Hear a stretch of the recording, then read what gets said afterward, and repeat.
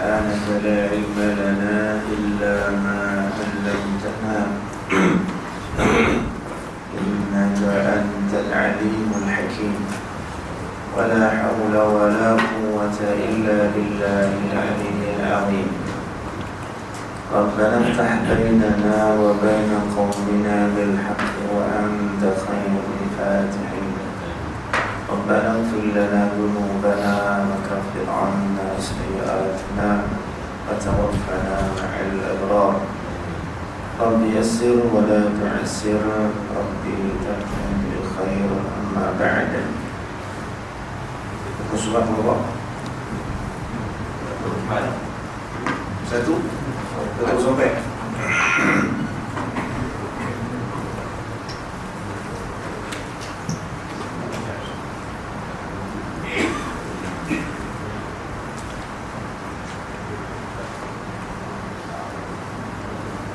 قال المؤلف رحمه الله تعالى ونفعنا والmuslimin bi'ulumihi fid-darain amin. Keutamaan ilmu pengetahuan hanya dicapai dengan amal saja. Ketahuilah tu dia, bahawasanya orang alim yang tiada beramal dengan ilmunya akan dicabut keutamaannya. Jadi ini jangan kita rasa ini orang alim yang kita tak pernah kata dia asas dia tahu dia tidak beramal. Itu asas dia. Tahu tu dari sudut bahasa alim mana dia tahu satu kalau satu benda tu alim dari sudut bahasa. Dari sudut syarak kita tahu hal-hal berkait dengan hukum hakam syarak. Bahkan ada hadis Nabi SAW mengancam Asyadun nasi adaban yawmal qiyamah alimun lam yanfa'hu bi'ilmin atau kama qala. Orang yang paling dahsyat azabnya besok di yaumul qiyamah adalah orang alim yang tidak manfaatkan ilmu dia. Orang alim di situ adakah ulama yang kita faham ini tak masuk itu semua. Alim dari sudut tahu, mengerti, mengetahui, tapi tidak manfaatkan, apalagi kalau dalam hal-hal kebenaran disembunyikan, tidak disampaikan. Itu termasuk daripada dosa besar. Bahkan termasuk daripada makna ulama su, ulama jahat, orang alim yang jahat. Dalam hadis Nabi sallallahu alaihi wasallam bersabda, "Ana min ghairi ad-dajjal akhafu 'alaikum min ad-dajjal." Qila ma dhalika ya Rasulullah? Qala sallallahu alaihi wasallam, "Ulama usu" atau kama qala. Nabi kata, ana min ghairi dajjal, selain daripada dajjal yang paling aku bimbangi dan aku takuti, akhafu alaikum, yang berlaku kepada kamu adalah ana min ghairi dajjal, akhafu alaikum min dajjal. Selain daripada dajjal, bahkan lebih aku bimbangi daripada dajjal, kata Nabi. Aku paling bimbang lagi, dia lebih merosakkan daripada dajjal lagi. Jadi sahabat bertanya, "Fila madalika ya Rasulullah?" Siapa dah itu? Nabi sallallahu alaihi wasallam kata, ulama jahat, ulama dunia. Ulama yang dengan ilmunya hanya mengaut keuntungan dunia. Okay. Ia tidak harus berbangga dengan firman Allah dan sabda Rasulullah yang membicarakan tentang keutamaan ilmu pengetahuan, lalu ia menganggap dirinya tergolong antara orang-orang yang diberikan keutamaan disebabkan dia berilmu. Maksud dia dengan ilmu dia dirasai perlu diistimewakan, sewenang-wenang. Bahkan orang berilmu semakin banyak ilmu, tambah dengan beramal dengan pengetahuan, akan menjadi dirinya semakin dirasakan rendah dari tawadhu, tak lebih banding orang lain. Jadi kalau merasakan sebaliknya, dia ni orang berilmu, dia hebat, dia rasa lebih tertampil, mesti diistimewakan, dihormati, dijunjung, disebut-sebut nama, ini bahaya. Ini maksudnya sangat bahaya. Kenapa? Dalam hadis Nabi sallallahu alaihi wasallam menyebut, "Man talaba al-ilma liyujadiya bihi al-ulama aw liyumari bihi as-sufaha aw liyasrif wujuh an-nas ilayhi adkhalahu Allahu an-nar." Atau kama qala. Hadis ni biasa kita doa, siapa menuntut ilmu kerana supaya nanti bangga digelar ulama. Jadi bahasa hadis tu digelar ulama, tapi kalau hari ini mungkin lebih banyak lagi supaya digelar profesor, digelar doktor. Perkataan dan istilah yang semuanya merujuk kepada cerdik pandai. Itu bahaya. Dalam hadis kata ulama. Tapi kalau zaman moden sekarang banyaklah bahasa-bahasa dan istilah-istilah tertentu. Jadi jangan kata salah belajar sampai ke tahap yang tertinggi. Jangan salah makna. Tapi dengan niat yang tak betul dalam masalah menuntut ilmu. Dia dalam apa pun niatnya bukan kerana Allah. Apa pun lah niatnya, tapi bukan kerana Allah. Itu sangat bahaya. Termasuk dalam masalah ni lebih bahaya lagi. Nabi kata siapa yang belajar kerana nak akan gelaran-gelaran tertentu. Dalam hadis ni kata liyujari bihil ulama, supaya disebut-sebut sebagai ulama. Ulama hebat, ulama besar, ulama itu pakar ini. Atau liyumari bihis sufaha, orang yang tak berhenti itu boleh diperbodohkan sewenang-wenang. Jadi kalau duduk dalam kelompok orang, dia rasa tertonjol dan dia rasa lebih pandai pada orang, dan orang merasakan dia ni memang hebat. Macam tu dia nak yang tu. Awliya sufu wujuhun nas ilaih, ataupun orang semua jadi pengikut dia. Itu bahasa sekarang follower. Yang saya pernah sebut sebelum ni, followers. Kadang-kadang bukan kata haram, tidak, bahaya kat sini sebab benda kait dengan hati. Bila ada sekarang, zaman sekarang cari konten, cari konten lah, termasuk konten agama. Konten tu kan, jadi maksudnya YouTubers, TikTokers, jenis-jenis tu yang media sosial ni nak cari followers, cari pengikut. Dia cakap hal agama bagus, menyebarkan menggunakan media sosial untuk kebaikan, sangat-sangat bagus. Tapi masalahnya hati nak kena jaga, tujuan dan niat matlamat kena jaga.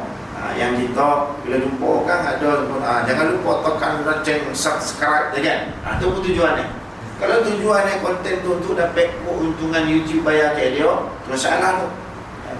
Kalau tujuan matlamat untuk dapatkan followers, capai followers 1 million dengan hal-hal agama macam tu, bahaya daripada makna hadis. Tapi tuan-tuan ke dapur kan, TikTokers tu buat doa betul dia punya elok lah macam tu. Tonton ke rumah, cari ke kawan, cerita sembang-sembang buat-buat, kau bila nak mati kan. Itu lebih bagus lagi daripada lepo dengan TikTok, lepo dengan YouTube semua ni. Boleh lah. Kadang ada orang saya jumpa orang tua buka YouTube ceramah dia bagus.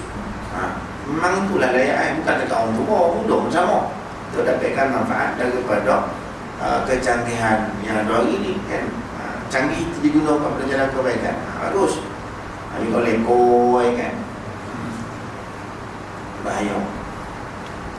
Nabi SAW bersabda, ta'allamu ma syi'tum fa wallahi la yuqbalu minkum hatta ta'malu bih. Belajarlah apa-apa yang betul, ikutlah apa nak kau apa nak belajar. Tapi dalam masalah ni tidak secara mutlak. Dia ada hal-hal yang kalau kita teliti nak belajar secara khusus bab agama, bab ilmu syarak, kena belajar apa yang lebih penting dan yang menjadi tuntutan atas kita. Belajar ni dua, fardu ain, fardu kifayah. Fardu ain itu lebih diberikan penekanan. Bab solat contohnya, itu fardu ain, kena belajar. Contoh lagi, kalau kita belajar bab zakat, itu tak berapa penting kalau yang belajar tu orang miskin. Contohnya nama tak? Jadi kalau macam tuan-tuan kena belajar, duit berapa kan, water banyak, rumah berbiji-biji, botol tinggi. Contoh mula jadi ni lah bagus, tapi tak contoh. Jadi kita faham je kan. Kalau orang sakit belajar zakat, penuh tak penuh, dia musyawarah. Contoh kan, kalau macam tuan-tuan belajar nikah pun boleh, itu boleh. Kalau macam acik belakang kan, belajar bab haid tak penuh itu skip. Abang belajar umrah, haji, okey. Kalau ada duit kan nak pergi, bulan depan nak pergi, tahun ni nak pergi haji. Kalau tuntutan fardu ain.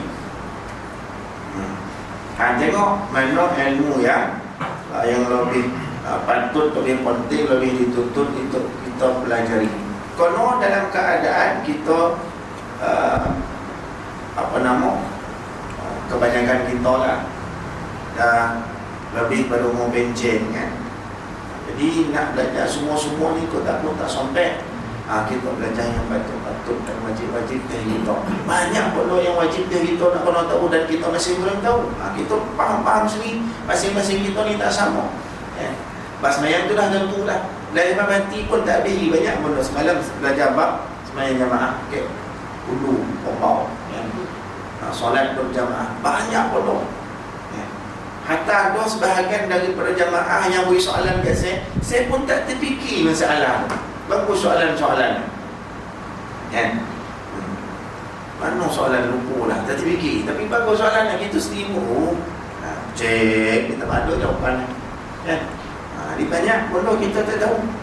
Bahkan contoh yang puluh tahun mengajar kitab Pak Semayang pun ada banyak lagi benda yang dia masih tak tahu.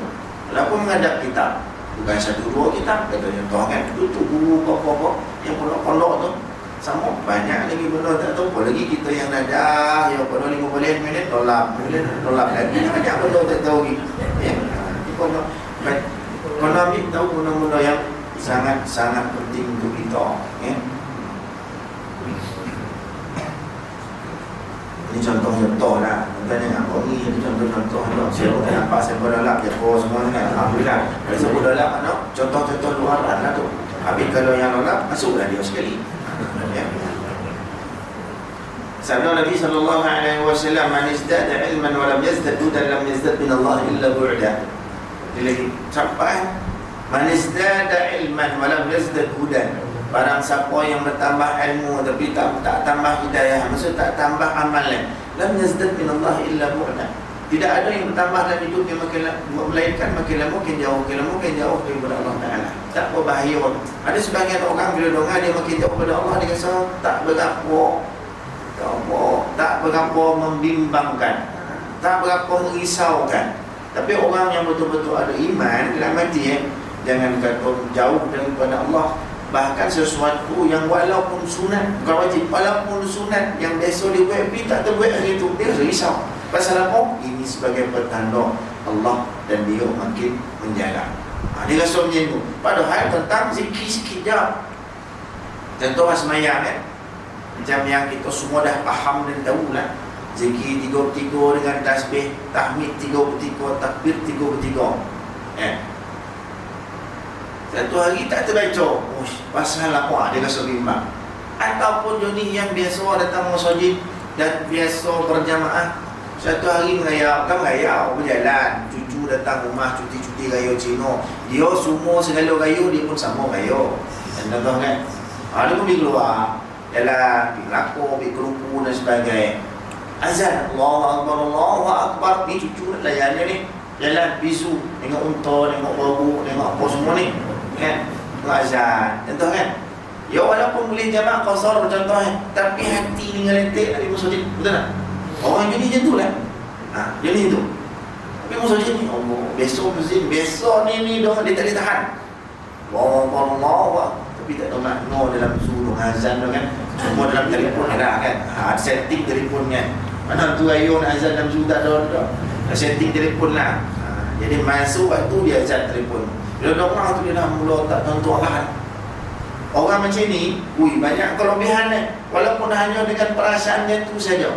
Nabi SAW bersabda, Sab'atun yudhilluhumullahu fi dhillihi yawma la dhilla illa dhilluh.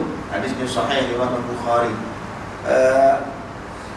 7 kelompok manusia yang akan dapat naungan Allah pada hari tidak ada naungan baik naungan Allah. Satu daripada kelompok 7 itu berapa? Rajulun qalbuhu mu'allaqun bil masajid. Seorang lelaki yang hatinya sentiasa sambut dengan masjid, sentiasa ta'alluq dengan masjid. Mana-mana dalam hatinya ready nak singgah masjid. Waktu zuhur ni katakan pukul 1:30, pukul 1 tu dah fikir dah masjid mana nak singgahkan ni, nak semayang. Surau mana nak singgahkan ni semayang. Orang macam tu, jadi memang Allah Ta'ala berikan kelebihan dan kemuliaan bagi dia. Nanti dia sentiasa ingat masjid. Bila ingat masjid, maknanya ingat Allah. Itu dah tentu dah. Tapi ada sebahagian kan, jangan kata dia ingat masjid. Azan ni corongnya Allah, dia pun Allah apa ni? Bagi apa? Berlawan-lawan ni. Yang masjid azan dongah ke telinga, yang surau dongah, yang telefon pun bukan telefon dia lah, telefon orang contoh kan. Berlawan-lawan azan dongah ni. Ada dia rasa macam risau, dan ni mengazan taklah tak patut, tak apa Ismail. Ada tak rasa macam tu? Tak ada. Tu alamat tu. Mudah-mudahan kita tak masuk macam tu. Benda kecil ya. Bagi dia benda tu tak ada apa. Tapi bagi orang yang dokek dengan Allah, orang yang memang iman yang menobal dalam hati, dia tak ditahan tu. Allahu Akbar duk lambas, tak ditahan dia. Patut dan duk bersedih ya. Dia tak ditahan. Itu tanda Allah pilih lah.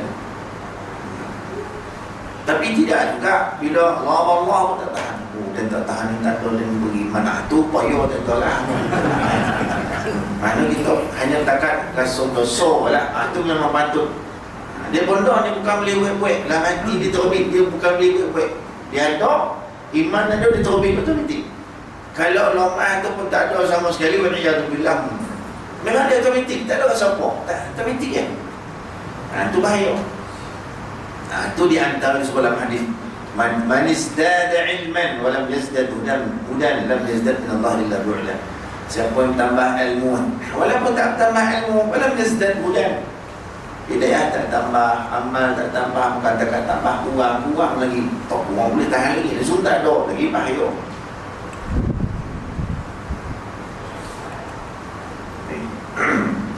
Sebenarnya kata dia, ilmu pengetahuan itu telah sampai ke martabat yang begitu tinggi di sisi Allah Ta'ala. Ialah disebabkan ia mengandungi manfaat yang meluas bagi hamba-hamba Allah Ta'ala. Sebab itu Allah sebut dalam Quran, yarfa'illahu alladhina amanu minkum walladhina utul ilma darajat. Allah meninggikan martabat orang-orang yang beriman daripada kalangan kamu dan yang diberikan ilmu. Allah tinggikan martabat. Maksud dia di antara tinggi martabat, lagi tinggi lagi dokek dengan Allah, lagi tinggi dia dokek lagi dengan Allah. Satu daripada makna, banyak lagi makna lain. Selain daripada Allah Ta'ala sebut yu'til hikmata man yasha. Wa man yu'til hikmata faqad utiya khairan katsira. Allah memberikan ilmu dan hikmah kepada siapa yang dia kehendaki. Maksudnya selected person. Betul tak? Ya? Betul kan? Kalau tak betul, dia buat tuan dia lah. Jadi ilmu dan hikmah yang Allah bagi pada orang-orang yang dia pilih. Nak buat macam mana? Allah nak pilih. Kita bukan ada kuasa, ada hak untuk menafikan pilihan Allah Ta'ala. Allah Ta'ala kata yu'til hikmata man yasha. Aku berikan hikmah. Hikmah maksudnya ilmu. Hikmah lebih meluas lagi makna daripada sekadar ilmu. Ilmu ni tahu, hikmah ni lebih pada tu. Hikmah ni pengetahuan yang bernilai mahal di sisi Allah Ta'ala. Itu hikmah. Kalau setakat ilmu, macam-macam ilmu, kau kait dengan dunia boleh sebut ilmu. Tidak dengan hikmah. Hikmah kait dengan hal-hal agama saja. Ya. Sebab tu dalam hadis Nabi SAW menyebut pesanan daripada Luqman Hakim pada anaknya. Dia kata apa? Ya bunayya, alaikum bimujalasatil ulama wasma' kalam al-hukama fa inna Allah la yuhyi al-qalba al-mayyita binuril hikmah. Binuril hikmah. Wahai anakku, hendaklah kamu sentiasa berada dalam majlis para ulama dan dengarlah pesanan dan nasihat kata-kata orang yang ada hikmah. Ada hikmah, bukan ada ilmu. Ada hikmah. Kerana sesungguhnya Allah menghidupkan hati yang mati itu dengan cahaya hikmah. Dia tak sebut cahaya ilmu, cahaya hikmah. Kerana dengan hikmah Allah select orang tertentu. Ilmu semua boleh tahu, tapi hikmah Allah select. Dan orang yang dapat hikmah, yarfa'illahu alladhina amanu walladhina amanu minkum walladhina utul ilma darajat. Ilmu dengan hikmah Allah beri dia beberapa darajat ketinggian. Binurul hikmah.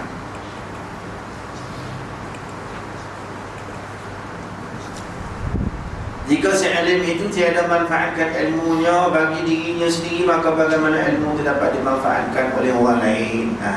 Itu kadang-kadang ada orang yang alim hebat, dia bukan cakap hebat pun, tinggi-tinggi, suara, lantak, ini ada slow ya. Slow itu. Contoh macam Baba Ismail sepanjang. Dia ni orang petani. Saya pernah pergi pondok agak petani tu.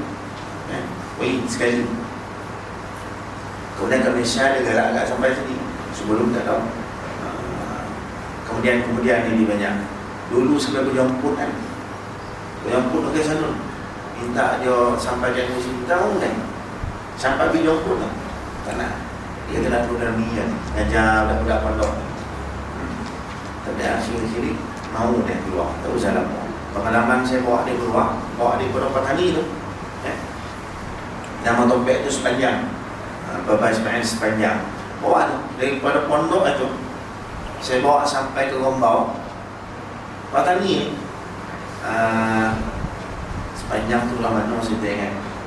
Kalau petani daripada situ keluar sampai border, sampai Gombau lah, sampai Gombau. Tak keluar langsung daripada kereta. Kita berhenti ke arah 2 kali makan. Dia turun ni. Tak nak ni. Punya jagung bantuan. Dia jagung bantuan kan. So makan tak? Minum air. Sampai sana nunggu makan. Dia tak makan tengah-tengah jalan. Takut syubhat. Kita talung semua. Apa yang berat, baru dia keriung, bertahan ni kan. Mana tak sama lah kan dia. Kita makom lain. Dia makom tinggi. Sepanjang dalam tu itu pakai kan. Sekali pun dia turun low lagi, turun sampai low dia tu berapa jam kan. Kayak gini tidur jaga. Orang tanya hukum dalam itu. Saya tanya juga 2-3 soalan ke kawan, tanya 2-3 soalan. Memang mentaklah jawapannya orang alim.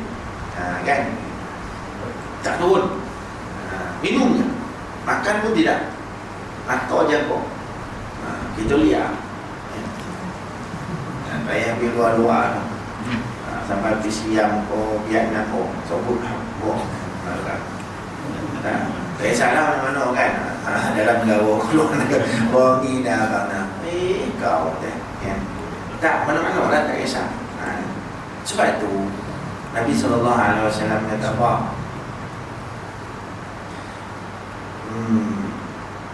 Man nadhara ila mahasin imra'ah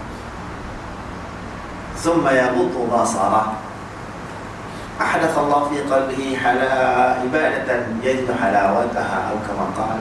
Nabi kata barang siapa yang terlihat kecantikan seorang perempuan, mana kita lelaki lah, kalau balik perempuan dengan lelaki, kita lelaki dengan perempuan, kalau nampak lawa itu terdetik ni ke sini ni, terdetik dengan pandangan mata berduri lawa gitu kan. Semua yang butuh basah. Kemudian dia memalingkan pandangannya daripada kecantikan ataupun menundukkan pandangan. Ahdatsallahu fi qalbihi ibadatan yajid halawatah. Allah Ta'ala akan wujudkan dalam hatinya rasa manis dalam ibadah.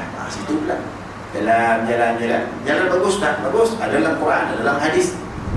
Fasiru fil ardi fanzuru kaifa kana aqibatul mukadzibin. Itu di antara sunnah untuk di jalan-jalan. Duit lah, kalau tak ada koping kita jalan macam mana? Pergi semua bandar lah. Ada koping kita jalan pergi. Nabi kata fasihu fil ard. Dalam satu riwayat, satu ayat ni fasihu fil ard. Fasihu ni maksudnya merayau. Sihu, kalau bahasa moden sekarang ni, dia sebut apa? Dia sebut tours ataupun turis. Yang tours, pelancongan ni dalam bahasa Arab ni siyahah. Siyahah. Sebab dalam Quran itu fasihu, berjalanlah fasihu fil ard, berjalanlah di atas muka bumi. Fanzur kaifa kana aqibatul mukadzibin. Tengok macam mana orang dulu-dulu Allah ceritakan dalam Quran dulu macam mana. Kita jalan yang mendustakan ayat Allah dan sebagainya. Ada duit lebih sikit pergi jalan, contoh pergi Mosi, pergi Jordan, pergi Palestin, pergi Turki dan sebagainya. Pergi mana-mana lah yang ada terutama yang ada dikisah dalam Quran. Okay. Itu bagus. Pergi jalan. Ada duit jalan kan. Kadang-kadang duit ada tak terayu lah pula kan. Gaul, nyerit, kaki berjalan, apa payah ya. Yang tu jalan okey-okey sudahlah kan.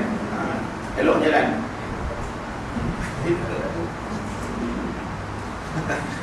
Atau saya jumpa tengok ramai pergi umrah, Allah Ta'ala nak bagi rezeki sampai juga menyeret kaki, buka kaki kan. Seret gitu. Tapi sampai di sana turun masjid biasa. Sampai tahu kaki bulan ni pun tak turun.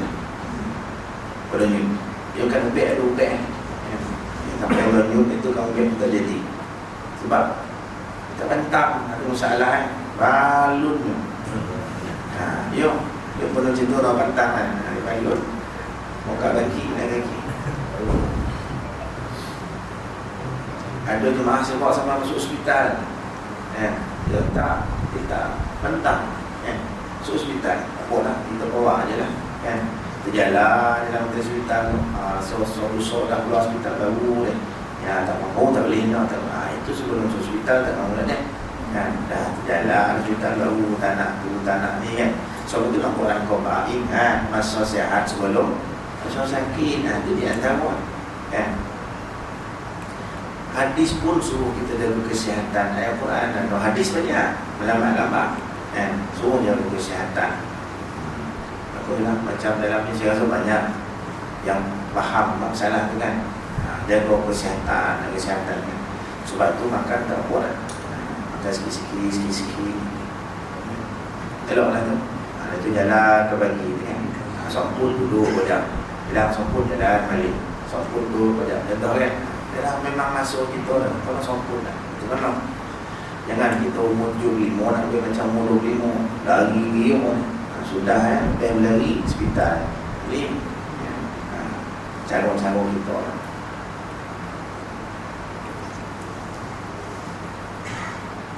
Nabi SAW sebut apa? Belajar, berenang, kemudian memanah, kemudian tunggang kuda. Semua tu yang ada satu pun nak boleh berenang. Kuda nak cakap nak mana leo kota-kota mana kan kono kalau asoi mana kau itu dia tahu kan hospital kan tak boleh kan. Nampak bonam dah ke mana boleh lah pergi resepsi kalau hari-hari leo dah itu pun bonam kayu-kayu tangan atau malam kayu umur tak berarti bonam kan. Sudah kita tolak ni lah yang ada semua tu yang Nabi sebut tu semua mendatangkan kesihatan yang sangat baik. Saya tanya pakar baru-baru ni, dia kira pakar kan. Yang paling bagus berenang, kedua tunggang kuda. Sebab memanah ni dia berlatih fokus saja. Ya, tapi kesihatan yang bagus tu berenang dan tunggang kuda.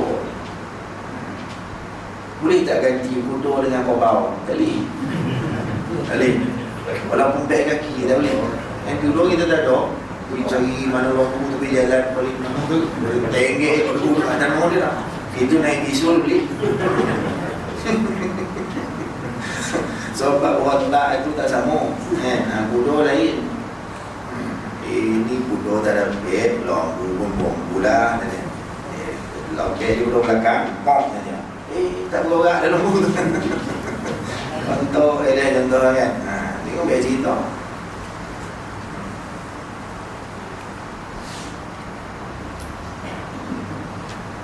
Dengan ini jelaslah kata dia bahawa keutamaan khususkan orang yang berilmu itu akan batal jika ia tidak beramal. Maksudnya kelebihan daripada mana? Kelebihan yang telah dikhusus oleh Allah Ta'ala, bukan manusia. kelebihan dan kemuliaan dunia dan akhirat, martabat dan maqam semua akan terluput. Nabi SAW sendiri sentiasa berlindung kepada Allah dari ilmu. Hadis yang doa tu, hadis yang saya baca tadi, asyadun nas adaban yaumal qiyamah ilmun lam yanfa'hu ilmu, lam yanfa'hu ilmu. Seberat-berat manusia yang menerima siksaan pada hari kiamatlah orang yang berilmu yang tidak manfaatkan Allah dengan ilmunya. Tidak dimanfaatkan Allah dengan ilmunya. Pasal kepada Allah itu orang yang berilmu yang tidak betul lah, yang tidak dimanfaatkan oleh Allah dengan ilmu. Maksudnya yang tidak memanfaatkan ilmu. Orang yang berilmu yang tidak beramal dengan ilmunya tidak mempunyai apa-apa selain gambaran ilmu itu dan bayangnya sahaja. Mana ilmu itu ada, tapi tidak diterapkan tidak dipraktikkan dengan amal.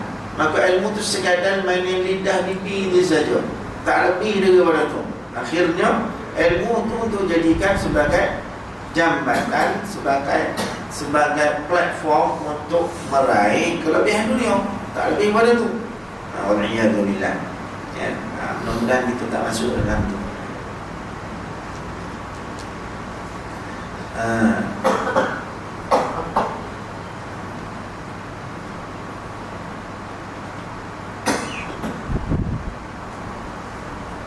Dan bayangnya saja tanpa makna dan hakikatnya. Setengah para salaf rahmatullahi alaihim berkata, ilmu itu sentiasa meminta diamalkan.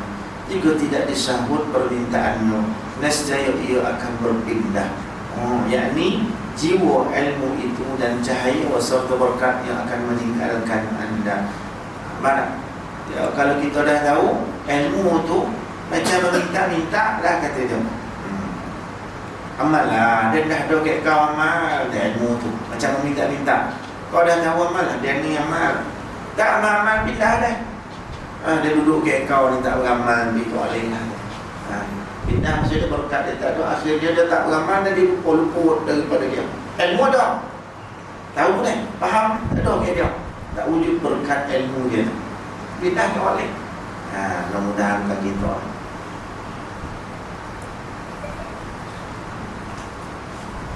Jika tidak, yakni jiwamu tidak cahaya serta berkatnya akan meninggalkan. Ada pun gambarannya mungkin akan tinggal menetap untuk menjadi alasan dan bukti terhadap si alim yang jahat itu.